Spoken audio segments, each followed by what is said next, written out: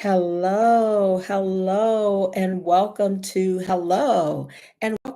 A Tree of Life. It's been a little while since I've last made a post to A Tree of Life. However, I wanted to share with you, first and foremost, Happy New Year. I hope that you have a purpose planned 2025 and that you are off to a wonderful start.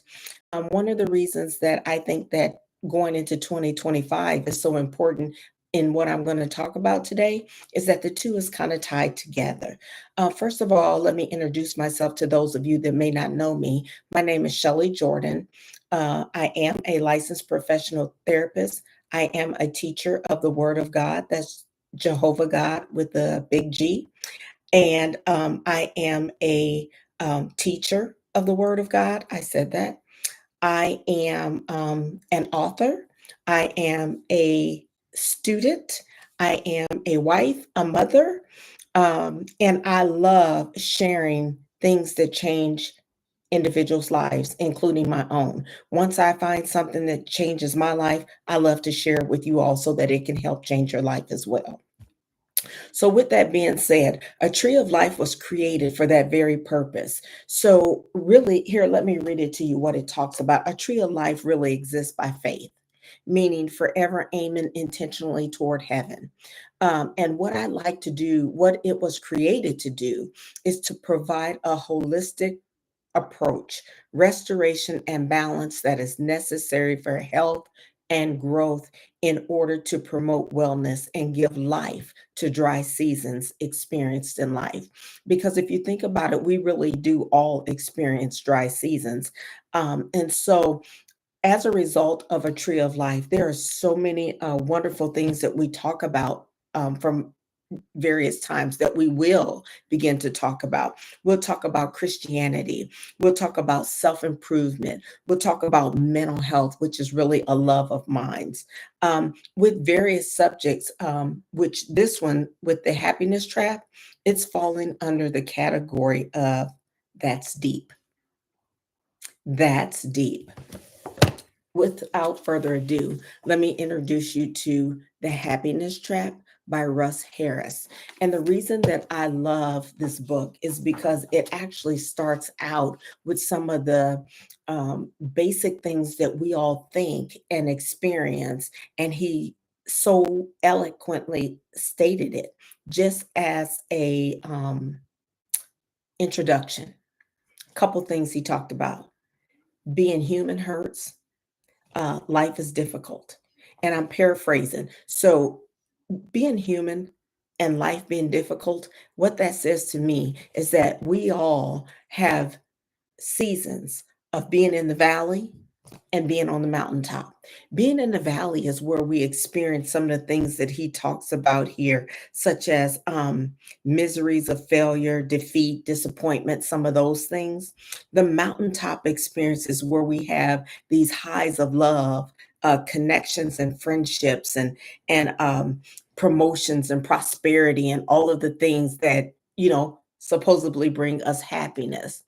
The thing that he says is that the problem is most of us don't know how to deal effectively with this reality when life is difficult. A lot of us don't know how to deal with experiencing pain, stress, and suffering in many different forms. That's the valley. He says, so why is it so hard to be happy? Which is really, really a great question. He said, because we all easily get caught in a powerful psychological trap of these various ways of trying to make ourselves happy. And what happens is it's only temporary. Um, he says, the more we pursue happiness, the more we suffer. Now, is that wild or what? He says that's the bad news. But the good news is there is hope. And he talks about this psychological model of ACT, which is acceptance commitment therapy, which is a science based approach with over 3,000 published studies that shows its effectiveness. He talks about how life is not fair. And this is the thing that I love about this part of the book. He talks about how some of us, may have horrific childhoods, all the things that it comes with: abuse, neglect, abandonment, all of those things, rejection, all of those things in our childhood. Some of us live in extreme poverty in areas where there's violent crime, war zone, prisons, refugee camps, all of the things there. Others of us live in housing conditions with excellent amenities. We're from the other side of the track. And some have serious illnesses, such as injuries, disabilities, where others have glowing health. And so, and then he says there's some, because of the skin color, the religion, the gender, the politics, the sexual orientation, um, that are continually subjected to prejudice, discrimination, or victimization. This is the part that I love, and I'm going to say it verbatim. In any country in the world, there is a vast gulf between at least the most privileged members of society.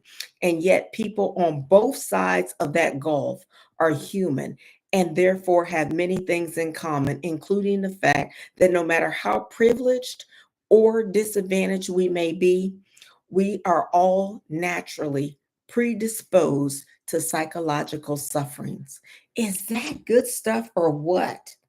So, if I can paraphrase, no matter if you're on this side of the track or that side of the track, rather you were born poor or with a silver spoon, we are all naturally predisposed to psychological suffering. There's no discrimination there.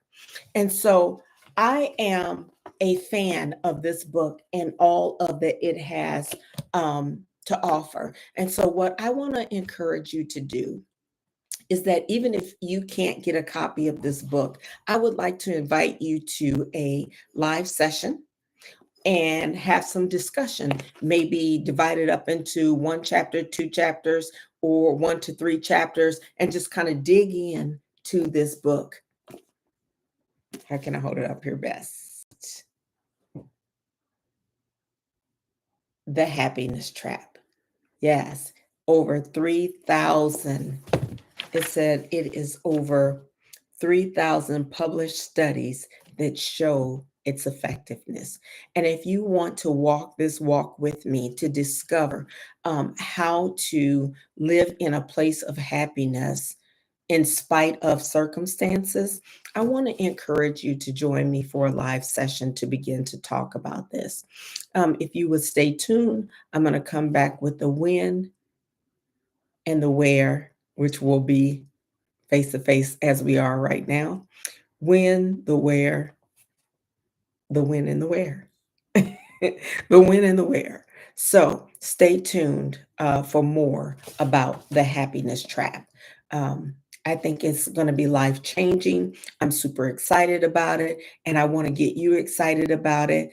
If you just take some time to reflect about where you've been in some places in your life where you've been happy and the happiness have failed, only to try again and happiness fail, and you've been in this ebb and flow of happiness, I want to encourage you to join me. Stay tuned because I'm going to come back with the when and the where, that meaning the date and the time for us to dive into a discussion. All right. Thanks for being a part of this YouTube video. Thank you for joining the Tree of Life. And that's deep.